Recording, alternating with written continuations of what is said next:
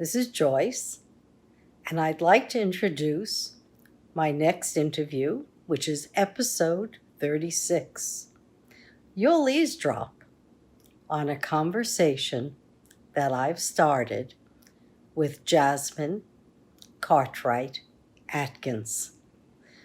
What a contrast between her and last week's interview with my dear friends of 25 years, Cora Portnoff and Ray Gunn. They're in their 80s and 90s. Jasmine is only 20, and she's looking at what she can do with community activism and an advisory council in her township in New Jersey. Lucky for her, she has buy-in from the local mayor. Top down, bottom up. That's what I have always said. So join me as we're starting to discuss what happened last week and where we go with her and her vision and her truth for racial justice in her community. I have friends up in the Berkshires, Right. and he's just my good friend Ray and his wife Cora. Ray just turned 90, Oh, wow. and he was born in Atlanta, hmm but his family home was in Stockbridge, Mass. Wow. He and his wife hmm purchased an AME church Oh, wow. Where? in Great Barrington. It's the church that W.E.B. Du Bois was not religious, but his family was religious, and W.E.B. Du Bois was born in Great Barrington, and the Wow. family used this church. hmm So Ray and Cora formed a nonprofit hmm where they're restoring the church, Wow. and it's going to have archives for African American studies. And it's being supported by the University of Massachusetts. Wow. Oh, that's amazing. Do you know when that's gonna happen? Ah, because of COVID, nothing's happening. Right. Right. And none of us knows what's going to be, Jasmine. Right. Uh, Tell me, how do you know John and Janet? I know them because I just recently met them. Oh, really? Yeah. Same. Me too. Very good. Yeah. Oh, that's so amazing. Oh, I love that. I can't wait for it to. Yeah, I mean, it doesn't matter. Right. Right. Now, tell me, how old are you and where do you work? So I'm 20 years old. And a lot of my work right now is community organizing. And then I have some side jobs. But right now, it's like the community part is really big and it's really relevant right now. So I wanted to focus on that. Now, how did you get involved, Jasmine? So I actually started with the protest. We held a protest here in Moorestown, New Jersey, on June 2nd. And right after that, I was like, I can't just stop. We have to keep going because the conversation can't stop. It can't just be a protest. You know what I mean? Right. That's the whole point of it. So yeah. So right now, I'm working a lot with the mayor, senator, and councilmen on like making real changes. So you're working, that's where I feel it has to go. It has Exactly. to go to legislation. hmm It cannot stop with the protests. The Right. protests are one part of it. Right. And it can't go violent because Mhm. we know people are going to suffer. Exactly. Exactly. And the message gets lost in the violence. And There's it just does. It does. It just gives everyone else a chance to get back. exactly. Yeah. Exactly. But if it's peaceful and it goes to legislation, now are you looking at hate legislation as well as I guess, reallocation of funds for the police department or for the community? What are you looking at? So right now, we're everything. So Okay. we're making an advisory council, a citizens advisory council that can focus on all of that and really gauge the perspectives of the citizens. So we are talking about education, we're talking about healthcare, we're talking about programs focusing on POC youth, we're talking about women, we're talking about um, everything. So yeah, so basically that's in the works right now. And so basically that's just to gauge everyone's perspective on everything instead of just having the same five people making the decisions. So So yeah, sorry. I'm sorry, how many people are involved at this point? So we have two separate projects going on right now. That is like a long-term project, and then our board of education project right now that is moving fast. So what we're doing with that is we're bringing to the board of education a lot of different things so they can renovations basically to the curriculum, and kind of we have like pillars set of what we want to see and what they need to have, like anti-racist practice for like the teachers and for anyone that really works in the school. So we went to the board of education with all of that information, and that is like a group of maybe 10 to 15 alumni. Yeah, 10 to 15 alumni and a solid about six that are really engaged and really involved and going to the board with the meetings. Um, yeah, so that group is we're doing a lot of things pretty fast there. I think today is when the Board of Education is has a full meeting about our document. Um, Now, what are you requesting, Jasmine? so in the document we have like the education reform basically. So we have anti-racist practice for teachers. We have different curriculum changes in the school and incorporating more Black history within it because that was a really big problem that I kept hearing, and I've also experienced while going to Moorestown High School, was that no one ever talks about Black people, and the history between American history and Black people feels very separated, and a lot of the relationship feels like it comes from just slavery. And yes, slavery is very important, but that's not all we did. That's not all we did. No, no, no. Exactly. So yeah, so just more of that, more education. What do you think is what's the percentage of African Americans, Hispanics, or other minorities in Moorestown, New Jersey? In the actual full town or in the high school? The town itself, what's the composition? I think it was because we just basically did police um, files, so I think it was actually like 6% or it's very low, like 6 or 7%. Yeah, I'm looking it up for you right now, actually. Okay, okay. And if you have anything that you can forward to me, I'll give you my email. Oh, okay, I can just do that. I'll just Yeah, do that. and this way you can forward. And when we do the clip of this video, then we can include anything that you have, uh, for text that Sounds might be, good. yeah, and this way it could be used as a model for other groups and also as an understanding for other groups of what you can do. Mm-hmm. That you can get citizens involved. You can change. Right, You can right. see change because I feel there's never been a better time. Exactly. The country is listening. Exactly. Finally, thank God, Right, right. the country is listening. Mm-hmm. And I and I think more people than not want to do right.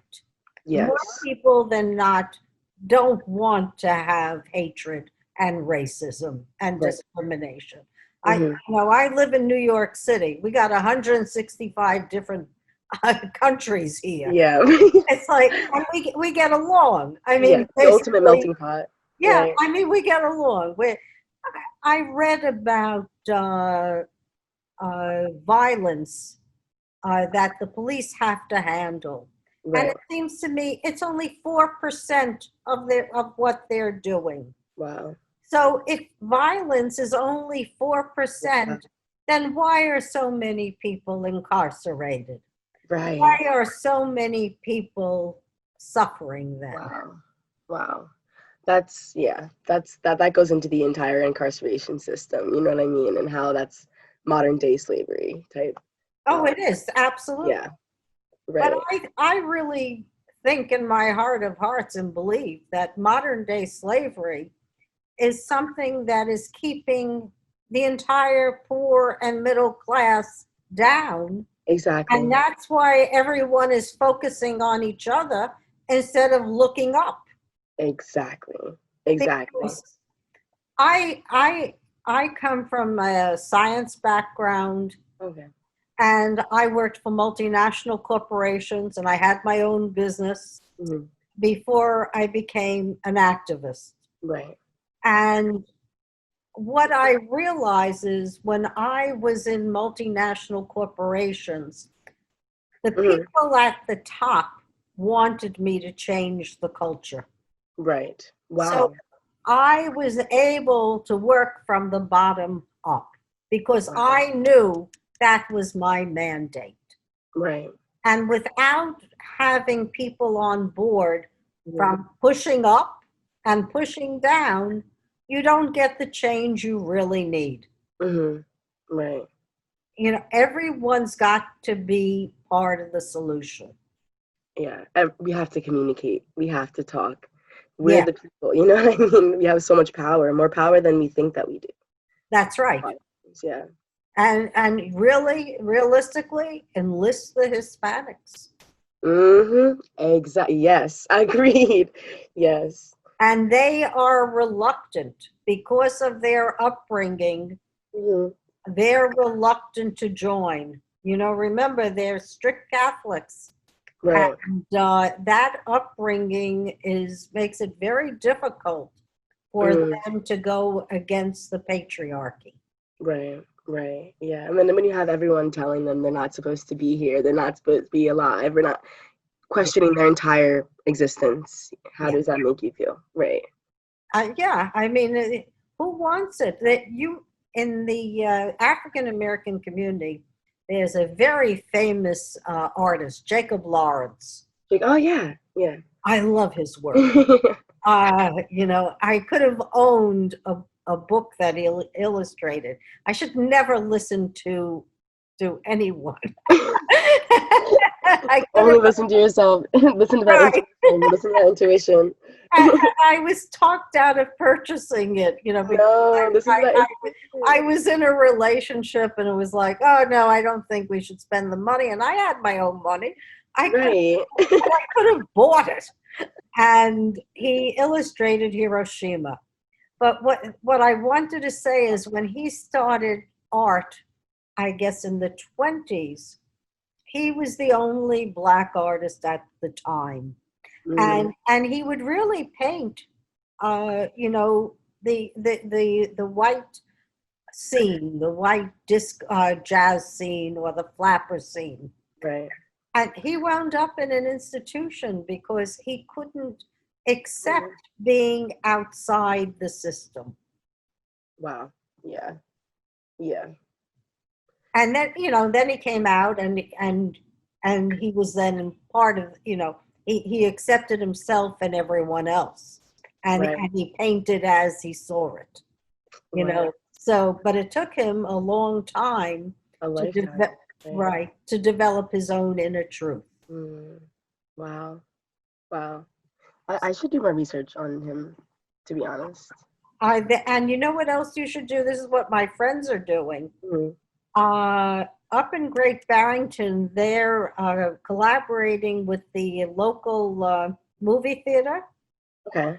and they're going to be showing films with a talk back at least once a week or once a month Wow. that they can do awareness. Like one of the best films I've seen is I'm Not Your Negro, the one I love that movie. I I love saw that it movie. 3 times. I love it. It doesn't get old. It does not get old. It was I love wonderful. spiking. Yeah. It was one of the best.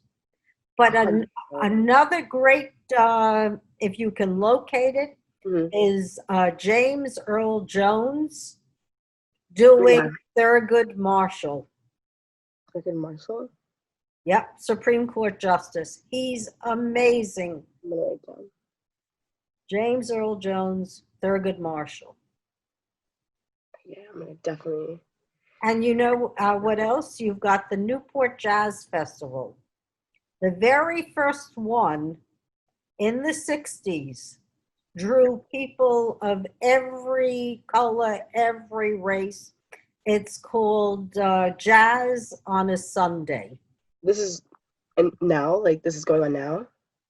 I just saw it on TCM. Oh wow.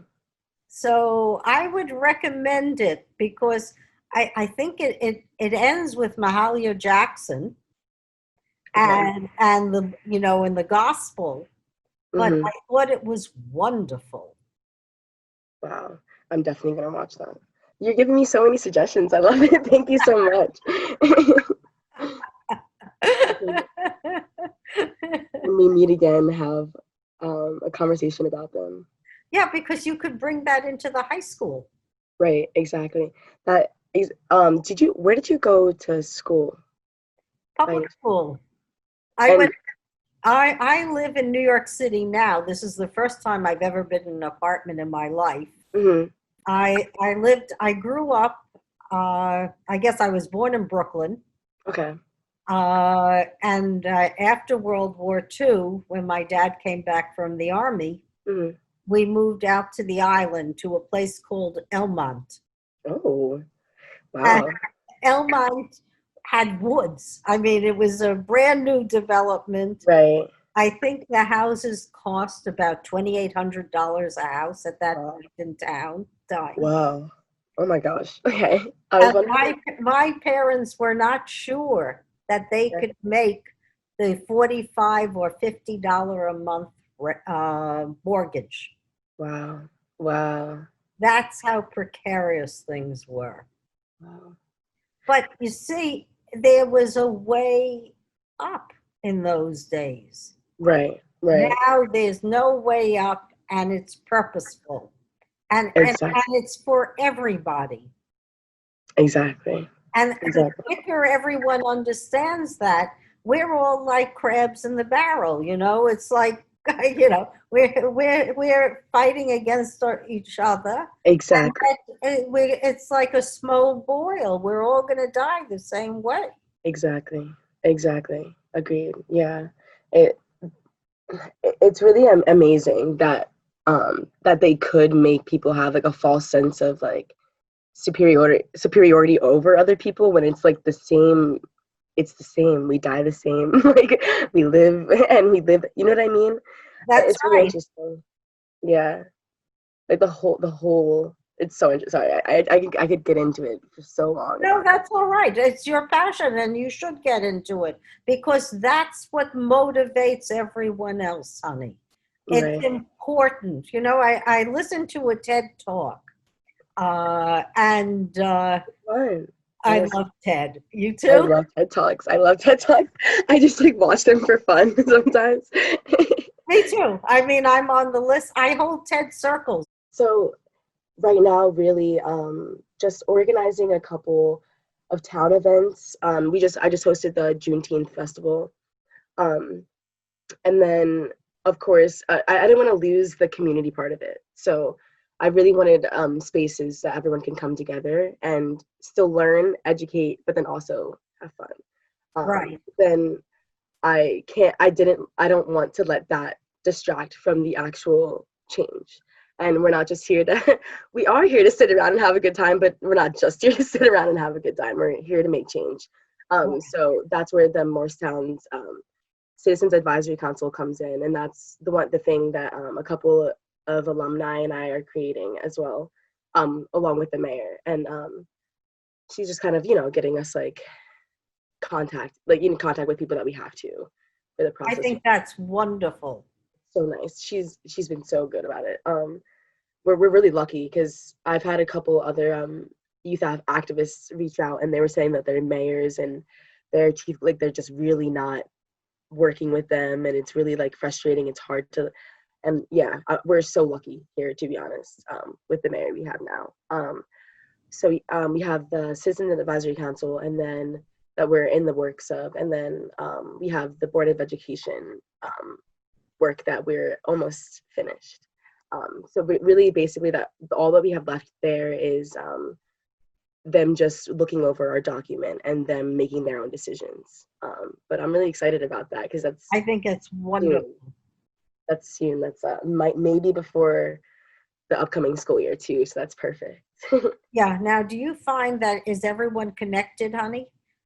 Can everyone be connected to these online classes, and does everyone have computers? I would say that more people are getting connected. However, I don't, there's not everyone has this. So that is an issue right now in my head. But mine too, because I feel it's hard enough to do it on Zoom. Right. It's hard enough to do the online classes, but then to leave kids out is inexcusable. Exactly. I feel like that's it's leaving kids behind in a different way. That's right. That's right. So, It's a thing to do. Somehow or other, there has to be money for computers for these kids. Right. So they can learn. Exactly. I agree. And especially if school goes into a hybrid sort of thing, because that's what they were discussing, that some days we'd be in school, or some classes would be in school, but some would be online. No one can get left behind, because that's what we've seen too much when catastrophic events like happen like this. We've been through this before, you know what I mean? Like, we've been through this before, and people always get left behind, and change doesn't seem to be permanent. But this time I feel different. it has to go to the end. This time it's different. Yeah. If we have to do it on the state level, you do it on the state level. Right. And if you know anyone who would talk to me who's in the police department, I would appreciate that, because I'd like to have their perspective. Okay, yeah, I'll give you I'll email you Chief Libers. Okay. Because you feel policing in your city is okay, right? Or they're going to augment it with community services of some sort? Yeah, they've been really helpful in working with us. There are a couple of things that we saw when we were looking at documents of the police officers here in Moorestown, and when we started comparing the ratios with the different races, it got a little strange, because I think like Black people made up like 6% of the town, and then like 40% of the arrests, or something like that. That's terrible. That's dreadful. So like they're good on the surface level, but they need the discussion. They need to be involved. Yeah. But yeah. I mean, you can't be 40% of the arrest. I mean, that's impossible. Right. And what are they arresting people for? For nonsense. Exactly. And now with COVID, that's a death sentence if you're in a jail or wherever you may be. Exactly. No, not good. Yeah. So we'll have to talk about that. But as of right now, they've been pretty helpful with everything else. So I would keep it that way and work step by step. It sounds to me like you're doing all the right things. There's nothing more important than the education. 100%. I agree. 100%. Okay. That's where it starts. That's where it starts. It starts right. It starts with awareness, with listening, with being analytical. Exactly. Yeah. And then being able to put yourself in somebody else's shoes. Right. Yeah, agreed. You know, so that's it. Your truth is your truth. Nobody can take it away from you. Exactly. But on the other hand, it's up to us to write our own story. Yeah, exactly. You're right. Right? Our own history. We got to do it, because nobody's going to do it for us. Exactly. So, go ahead, kiddo.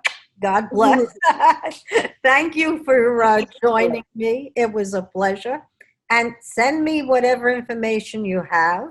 Okay, I'll send you some statistics, and then I'll give you Chief Lieberman's email. Yeah, and I'll send you an email, honey. Perfect, and I'll talk to you soon. Yeah, I'm happy to, if I can help in any way, I'm happy to help. Thank you so much. Thank you. Thank you. Hope to Take talk to care. you soon. Have a nice day. Thank you. You too. Bye Be safe. now. Be safe and be well. This young lady is on the move.